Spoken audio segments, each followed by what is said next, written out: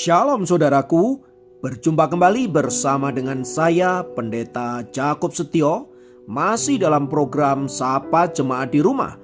Kali ini kita akan berseteduh bersama-sama, mari kita berdoa. Bapa kami rindu, firman-Mu sungguh memberkati kami, dan biarlah melalui renungan firman itu, kami semakin dikuatkan, diteguhkan di dalam pengiringan kami akan Engkau. Kami siap diberkati, terpujilah nama-Mu kekal selama-lamanya. Dalam nama Yesus kami berdoa, haleluya, amin. Firman Tuhan kali ini terambil dari Mazmur 25 ayat 4 dan 5. Mazmur 25 ayat 4 dan 5 berkata, "Beritahukanlah jalan-jalan-Mu kepadaku ya Tuhan, tunjukkanlah itu kepadaku. Bawalah aku berjalan dalam kebenaran-Mu dan ajarlah aku. Sebab Engkaulah Allah yang menyelamatkan aku, Engkau ku nanti-nantikan sepanjang hari." Saudaraku, setiap manusia pasti pernah mengalami apa yang namanya pergumulan hidup. Ini adalah masalah semua orang. Tak terkecuali orang-orang yang hidup takut akan Tuhan juga pasti pernah mengalami apa yang namanya pergumulan hidup. Orang seperti Raja Daud yang hidupnya dekat dengan Allah sekalipun juga tak luput dari apa yang namanya pergumulan hidup. Bahkan ketika kita membaca Alkitab, kita menemukan bahwa pergumulan yang dialami Daud ternyata jauh lebih dahsyat dari pergumulan orang-orang yang tidak mengenal Tuhan sekalipun. Namun lewat pergumulan yang dialami oleh Daud itu, kita bisa belajar banyak hal di dalamnya. Secara khusus, dalam Mazmur 25 ini, kita lagi-lagi membaca sebuah doa dari seorang Daud yang tampaknya sedang menghadapi masalah yang sangat berat dalam hidupnya. Dalam kondisi yang demikian, apa yang dilakukan oleh Daud? Saudaraku, ternyata Daud memilih untuk berdoa kepada Tuhan. Pertanyaannya, apa yang dia doakan? Apakah agar masalah yang ia alami segera berlalu dari hidupnya?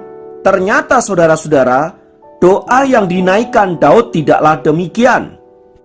Lalu apa yang didoakan Daud? Dari kisah Daud ini saudaraku, kita dapat belajar 3 poin penting berkaitan dengan doa-doa yang kita naikkan ketika kita ada dalam pergumulan-pergumulan hidup yang kita alami. Yang pertama, kita perlu terbuka di hadapan Allah. Dalam ayat 1 dan 4 menyatakan hal yang demikian. Keterbukaan untuk apa? Keterbukaan untuk dipimpin oleh Allah, dibimbing dan diarahkan Allah untuk melewati jalan-jalan yang harus kita lewati. Ini adalah hal yang pertama dan paling penting saat kita menghadapi pergumulan. Alih-alih berusaha untuk mendikte Tuhan, nyuruh Tuhan melakukan ini dan itu sesuai dengan keinginan kita, justru yang harus kita miliki seharusnya adalah hati yang terbuka untuk diarahkan Allah menuju jalan-jalan yang ditentukannya bagi kita. Mengapa demikian?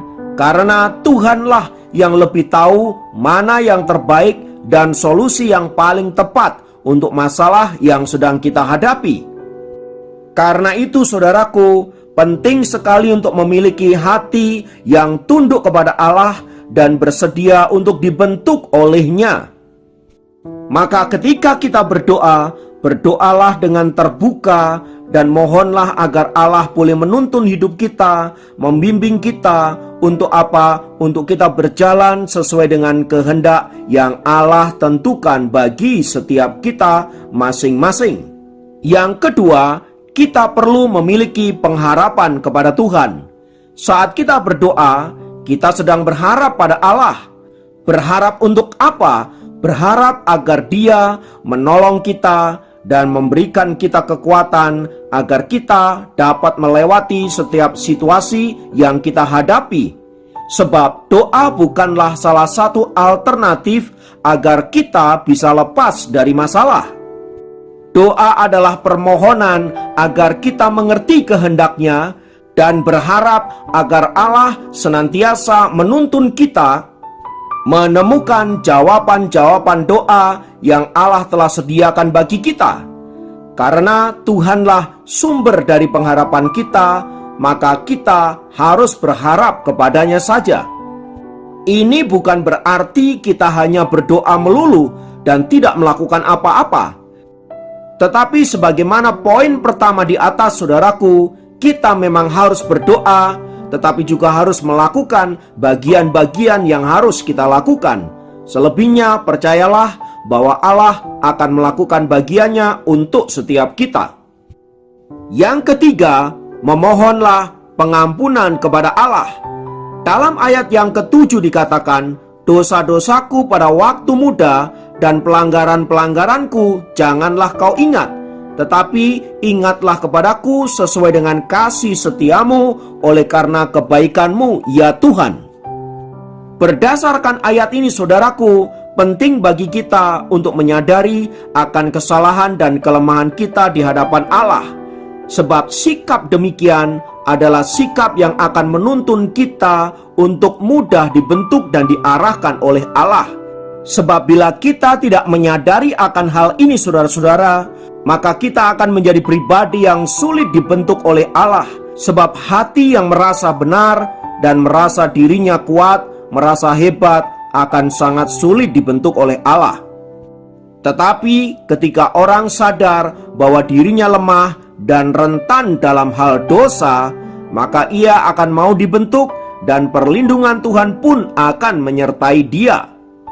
Dari 3 poin di atas, saudaraku, mari kita belajar untuk memiliki sikap yang benar ketika kita berdoa saat kita mengalami pergumulan-pergumulan di dalam hidup ini.